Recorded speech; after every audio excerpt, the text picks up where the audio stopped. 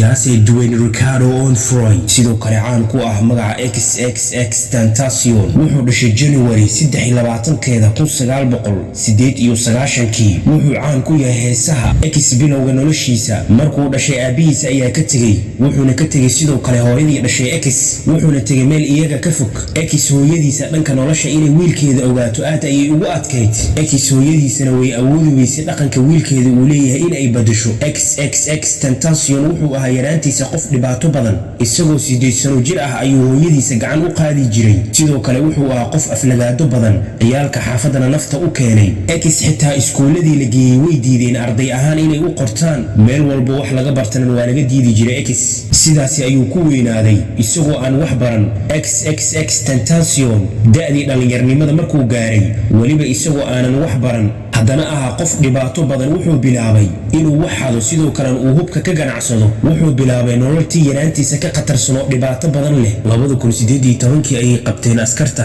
isagoo lagu eedeeyay inuu yahay nin qoyskiisa dhiba sidoo kale hub aan sharci ahayn ayaa lagu helay inuu haysto isla bishii la xiray waxaa la soo daayay XXXTentacion qof u dhow ayaana bixiyay lacag dhan $10,000 oo damaanad ah X ayaa xabsiga ka soo baxay wuxuuna ahaa qof jecel heesaha wuxuuna dhageysan jiray heesaha noocyadooda kala duwan wuxuuna bilaabay heesihiisa inuu ku duubo SoundCloud heestiisa ugu horeysay ayuu geliyay heestaasoo soo dhaweyn heshay wuxuuna sii go'aansaday inuu sii wado hees qaadista hees waxaa jirtay uu caan ku noqday wuxuuna duubay 2015 heestaasoo waqtigaas aan lahayn soo jiidasho laakiin 2017 heestaasi ayaa noqotay mid aad u faaftay dadkana ay ka helaan X ayaa yiri waxaan arkay heesteedii SoundCloud aan soo geliyay oo ay dhageysteen 149 milyan oo qof sidoo kale YouTube-ka heestaasi waxa daawadeen in ka badan 200 milyan oo qof wuxuuna bilaabay inuu album duubo Billboard qaybta labaad ayuu ka galay 2017 albumkiisa qofka sida loo xiiseenayo waxba ma soo baran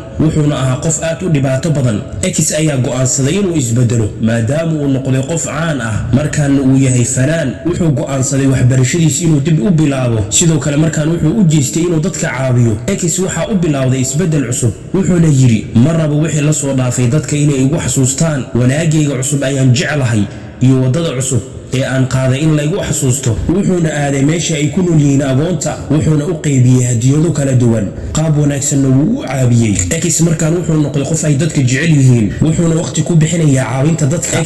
XXXTentacion wuxuu bilaabay laafyada marka uu soo galo dadka inuu dhaho ii sheega qaabab aan dadka ku caawin karo idinkana aad igu soo xasuusan kartaan live ayuu soo galay ku dhawaad hal saacadood ayuu ku jiray waxa la yaab leh X sida uu u hadlay wuxuuna yiri hadii uu qof madax uu iga saaro bistoolad ama uu igu soo aadiyo bistoolad kama cabsanayo wuxuu u la jeeday hadalkaasi cid faantayna ma lahan wuxuuna live-kaas ku soo celcelinayay hadalkan aniga kama cabsanayo geerida dadka ayuu ku lahaa isgarabsada oo hal meel ka soo jeesta oo iscaawiya mana wanaagsan gangster inaad noqotaan oo aad dhexdiina isdishaan waqtigaasi xaaladiisa way wanaagsaneyd laakiin markuu uu xiray live-ka saacado kadib waxa la shaaciyay dhimashadiisa X mid ka mid ah taageerayaashiisa ayaa wuxuu muuqaal ku faafiyay baraha bulshada waxa la yaabay sidee ay macquul ku tahay qof lagu dhuftay xabado haddana aan dhiig ka qubanin ama korkiisa dhiig aan lagu arkin arintaasoo aad loola yaabay laakiin warbixinta dambe baarista ka soo baxday ayaa lagu sheegay hubka loo isticmaalay dilka X inuu yahay Katim Sawt ama silencer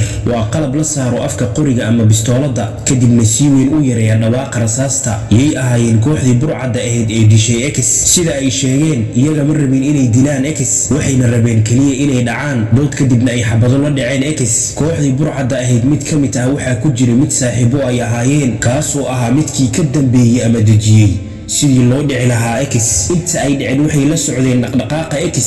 iyagoo ka warhaayay meel walba uu aadayo kooxdii burcadda ahayd markii ay dhacayeen X waxa la socday adeerkiisa isagoo ka cararay X wuxuuna u baqay naftiisa 69 mar uu ka hadlayay saaxiibkiisa